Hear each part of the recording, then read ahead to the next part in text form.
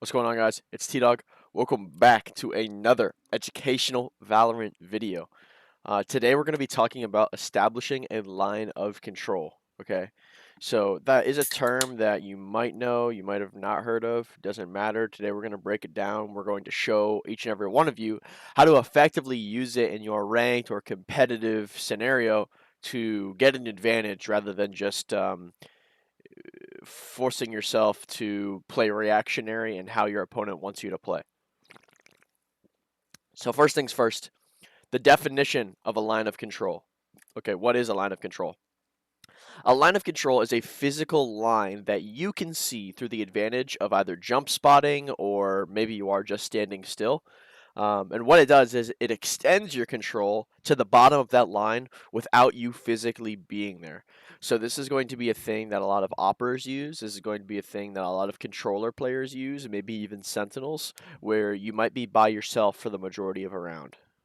So again, for the opper example, you'll usually be set up by an initiator, a flash, a dart, a drone, and then you're going to be on your lonesome for defense. Controllers, you're usually anchoring a bomb site, right? You either have your stars down or you have a paranoia that you're going to use or a molly, whatever the case is, and you're playing to stop the rush, playing to control that bomb site. Again, Sentinel player is kind of in that same boat where you don't want to just get popped on. You want to be able to set yourself up and be able to actually play defense rather than just getting shit on. So the first example we're going to start with here is for the classic Omen. When you play Omen on this map, you're usually on C site. There's going to be plenty of rounds where maybe you're in garage, or you're on A, or you're on B, whatever. That's the set play. For this example, we're using C. So my first Omen right here, this is your common Omen player, okay? This is your average Omen player. Maybe he's hiding platform. Maybe he is logs holding this walk up. I only have control of this portion right here. This is all I know. So theoretically, the attackers could literally shift walk all the way up long behind a smoke. I wouldn't know. They would pop on me. I wouldn't have time to smoke. I wouldn't have time to blind. I wouldn't have time to reposition. I wouldn't have time to call for help. What we want to do is we want to establish a line of control. Okay, so with that, we could be jump spotting, backside C, and we can see all the way down to this wall. Are we physically standing at the bottom of C long holding it? No, we're not. That's a bad play. That's probably like a one and done play. Or, in another case, you might just get droned out and you won't even get one. With this, you're in a position to set yourself up to react. And what I mean by that is this. So if you see three people wide swing long on your jump spot, maybe you get shot at like once, you lose like 20 HP. Or you see a drone coming up with a jet following it. Now it's your time to react. So we can do this smoke to cover top long, or we can do an even better smoke, a defensive insight smoke, where your rotators, like the Skye or the Breach or whoever is here, they can actually flood out the back site and they can help you by throwing flashes through or they throw a dart above, and you guys can maintain back site control rather than just throwing this smoke and having a jet dash out, breaking any crossfire that there is, and that gives, the green light to all the other attackers behind him to just flood the bomb site and you're fucked. So again, the line of control is giving us time to react and set up a defensive protocol rather than just getting popped out on and having no chance to play. So again, with the Omen C example, we have, a big difference in spacing here. And what I'm actually going to do here, I forgot to set it up, sorry. We're actually going to go into a custom real quick, and we're going to kind of go through the motions of it and the physical example. But again, a line of control, all it does is you're putting yourself in a position to where you can set yourself up to react properly rather than just being ran at. And again, I forgot to set this up. I would have done it a second ago. I'm just brain dead. We're going to go over two other examples as well. It's not only on Haven where, you're playing Omen. I have a couple more examples for everybody just so you really do understand what I'm trying to get at rather than just looking at it on a screen, right? So just turn all this on real quick. My ultimate is ready. And let's go over here. So again, if I'm Omen number 1 and I'm holding like this isn't good. This isn't good. They can walk up behind a smoke. They can pop out on me. I have no time to do this and that if they're already running in, right? So obviously I just smoked that off, but what we're getting at here is the jump spot. I'm basically making a circle with my movement keys.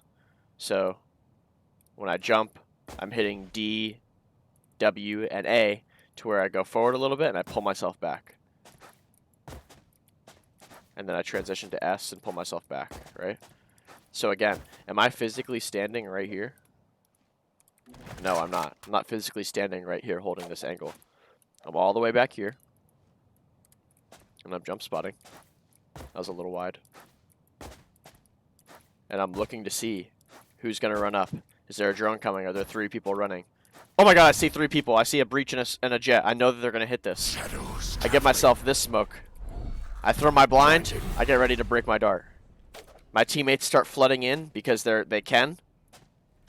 Nobody's in the they're only limited to front sight, not back sight. I reposition to here. My Skye throws a flash through. I can make a play like this, right? So again, that's kind of like what I'm getting at is you want to give yourself time to react rather than just sitting back on the site, you know, just hoping everything is going to go right. You know, you want to set yourself up. You don't want to have to play someone else's game. Another example we're going to go with here is Skye on bind. So I have my Skye number 1, who is playing the very safe angle, holding the walk up basically to the orb. And I have my Skye number 2, who's jump spotting long. And I get my line of control all the way down to the bottom. So again, I can see if someone's walking up. I can see who is there. I can see, you know, what util is being used rather than just hearing it, right? And with that, I can make the play. I can flash and peek. I can fake flash and peek. I can fall back and not fight because I don't have a lot of people there. But I'm putting myself in a position where if I were to get into an engagement, it would be quality rather than just a one-on-one, a flipped coin, a 50-50. You know, get running headshot, lose the round. You understand? This is another kind of like controller example on the map Icebox. Really, really, really common thing to do is for a Viper to play retake B. And you start here. You start here, right? Just in the middle of the site, and you're just holding your really safe walk up. They can get all of this for completely free. They can get all of B main, all of yellow, completely free. They don't have to use a single piece of util. Will they? Probably, because they'll expect someone to be there. But what I'm saying is, you want to act on your line of control, you know, giving yourself time to set up for the round and making the opponent respect that.